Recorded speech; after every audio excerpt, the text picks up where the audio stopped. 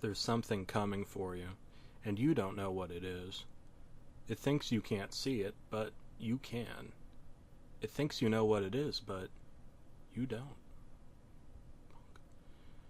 Have you ever just wanted to float away on the clouds, on a bed of stars? Like when you were younger and a believer in something. Before your eyes got all red and the world turned you heartless. Oh, that didn't happen, did it? No, I'm just joking. I had to preface this because this story isn't for those who are faint of heart. Pun intended. The Care Bears was a classic show about bears who lived in the clouds and spread love to people that stopped caring. That's what happens when you get older, essentially. I found a VHS tape one day while going through my deceased grandfather's attic. We all remember the Care Bears. At the time, I was too young to care about writing or plot structure. All I knew was that the Care Bears cared, and when you're a little kid, that's all that matters. Well, the Care Bears was a strange show. I was rummaging through old boxes when I found a weird floorboard that had a hole in it. It was like one of those circle-cut holes you'd see in cartoon wood planks, but real somehow. Like a glory hole. Curiosity got the best of me. I used my finger like a, let's say, hook to pull the plank up with all my strength. I could see something underneath the dark there.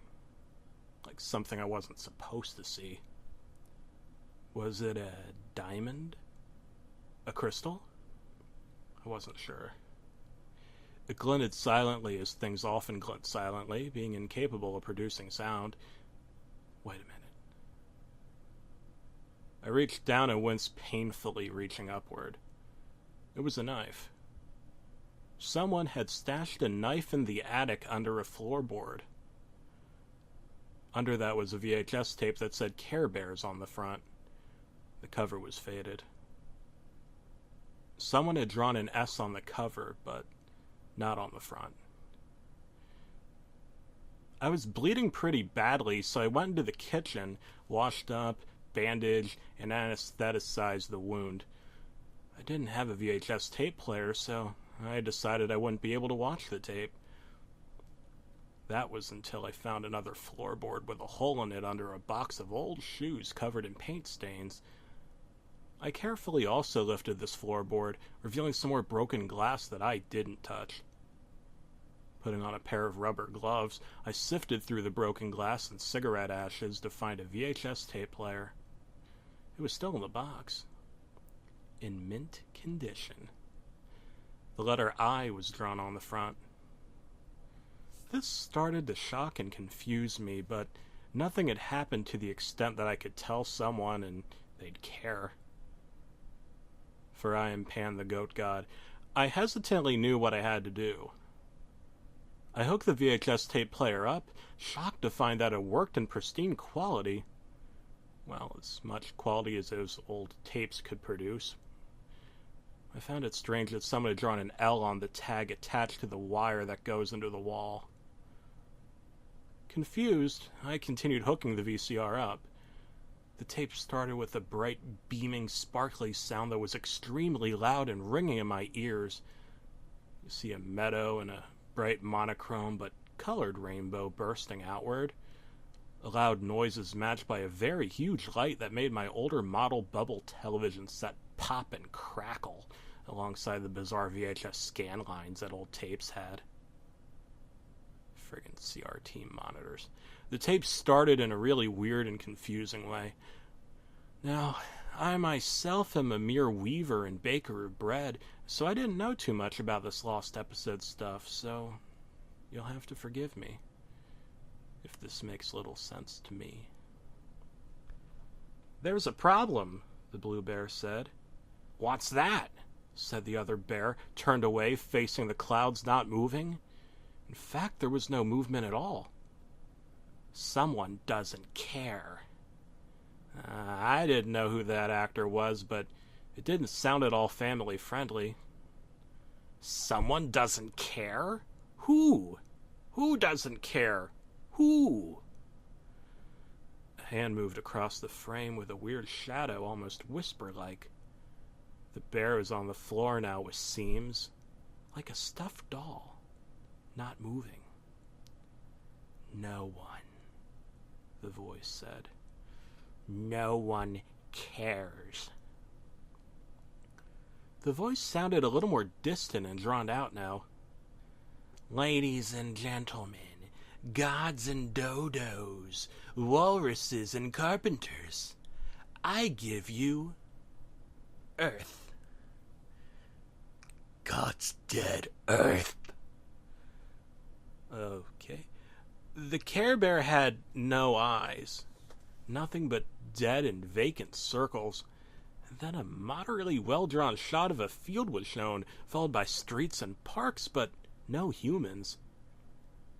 You hear someone coughing like cigarette smoke is causing it. Then Tenderheart spoke. "It started gradually. Days turned to months, weeks turned to years, and soon the entire population disappeared." "How?" another voice said. "When you see it." "See what?" "It." The tape immediately cut off completely, and the tape shut off.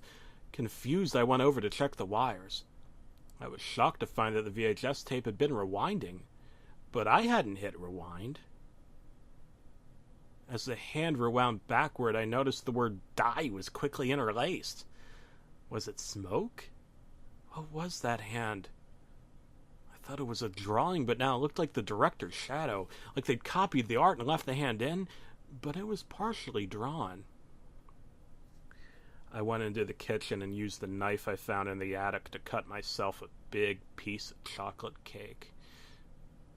Cut myself again by accident. I found some green liquid near the sink in a bottle and poured myself a glass.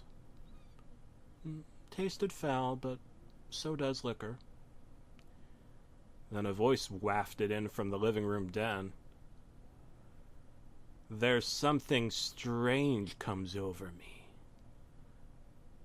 I ran into the living room and noticed, quite shocked, that someone had started the VHS? Or was it playing on its own? My cat, Tonsils, was there. But Tonsils couldn't press play with his tiny paws. "When I feel the desire to set you free," a voice said. It was something black and dark, and it was the same color of the hand. "But as soon as you hear it, you're already gone." Now I realize this was supposed to be a song. Because that's not... "My stomach!" a voice yelled. I think it was the character Grumpy. "What am I touching?"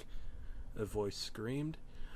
"What am I touching?" A high-pitched voice that seemed to be fed through an old vocoder, but downplayed by turning the pitch way up, it started to speak. "You're touching feelings, Care Bear. This is my sadness." "Let's get out of here!" yelled another voice, but the screen was still black. "And this is the underside of a tarantula." I heard a loud, violent shriek, and the tape went dead silent again. "The underside of a tarantula? With our heads," one of the actors said. "We cease to be two, but together." A shot of a rainbow was shown, and then something really sinister faded into view. I mean, it was an overlay or maybe a time-lapse, but a still image, a dead distinct smile. It was a tarantula, but instead of 8 legs, it had about 30 or so. And instead of eyes, it had all the Care Bear's heads cut off. Smiling at me. Instead of pincers, it had fingers, and those fingers had spindly hairs and One of them was curled outward in a long line with the letters DEELB. Then a voice whispered, "Go-Gurt is delicious." "Ah, yeah. The lion yelled excitedly.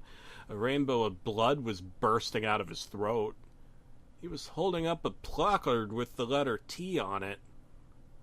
"Ah, yeah. He screamed excitedly. He couldn't seem to speak clearly because his esophagus was cut open.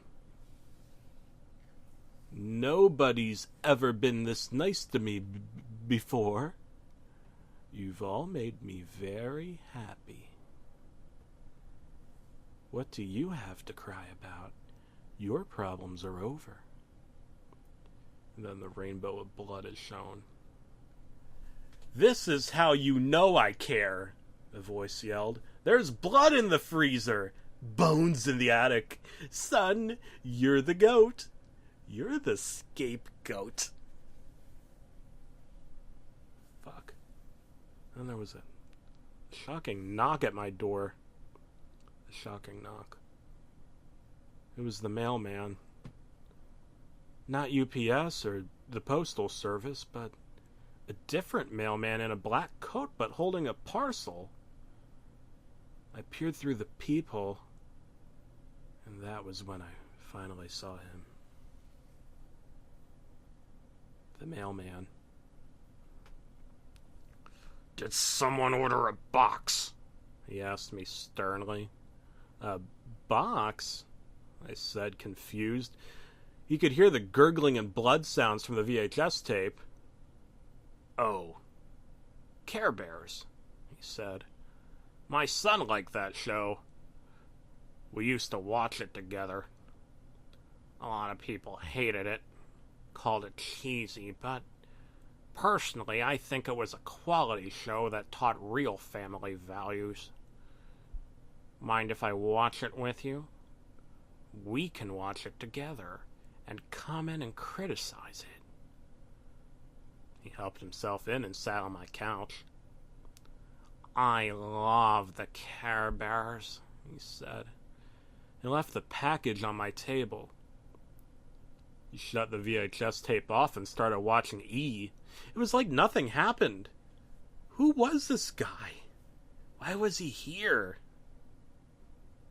"Who are you?" I asked. "Someone," he said. "Someone you know." "Who?" "Who?" He laughed a hearty laugh. He was starting to look a bit disheveled, like he was lying about his age, job, place of residence. I looked outside. There was no mail truck outside. "Who?" I yelled. He laughed heartily and then laughed even more heartily. "Who? Who? Are you a fucking owl?" He laughed again, heartily. I was starting to think this guy was off his knocker, and I'm not talking about doorbells. "It's in the box," he said. "You sold it a long time ago, but I have it. And I'm not going to give it back to you unless you say, 'Puckerfuck-face Wiener Schnitzel,' 3 times fast." He giggled. "You thought you could lose it just like that? You thought you could just give it away? As if someone could buy it on eBay for a couple bucks. But it's in there. It'll never leave." "Huh?" "It'll follow you home through the rain and tell you everything will be okay." I heard the loud rustling of wind coming out of the television, but still, dead blackness. "Well, just 1 second. What's that I hear?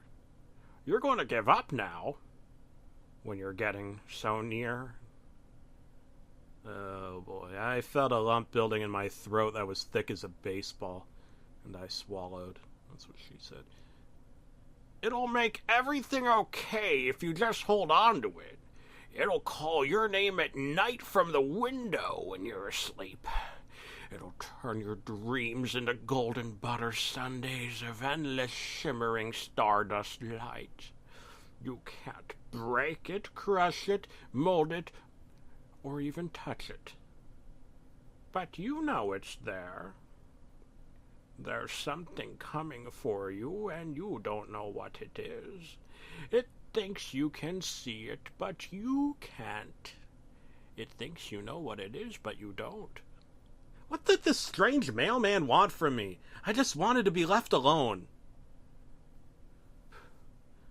But deep down, underneath all that blood and muscle and sinew, inside that cold and dead cavity you used to call your heart, you knew this was coming. Oh, his laugh was quite hearty now, heartier than usual. As if there was more heart to it, like a hearty beef stew. He went into the kitchen and cut himself a big old slice of my chocolate cake. He sat down on my couch. I'm not just a mailman. I weekend as a clown. He took out a big red honking nose and put it on.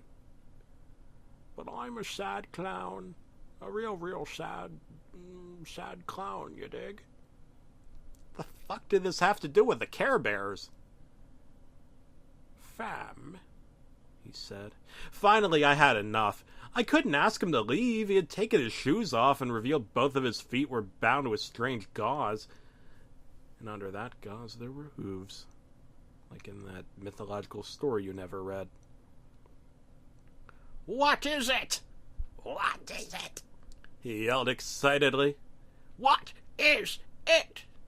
Am I your dead grandfather? A mummy?